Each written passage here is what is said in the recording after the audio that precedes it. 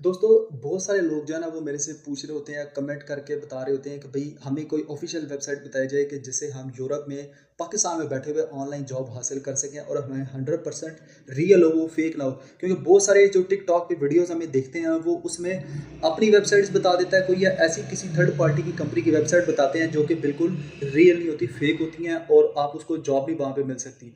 ठीक है? अब आपको मैं जो आपको वेबसाइट बता रहा हूँ, आप उसका स्क्रीनशॉट भी देख रहे हैं, यहाँ पे ये लिंक भी आएगा, मैं बायो में भी उसका लिंक दे दूँगा। ये है यूरोपा.eu।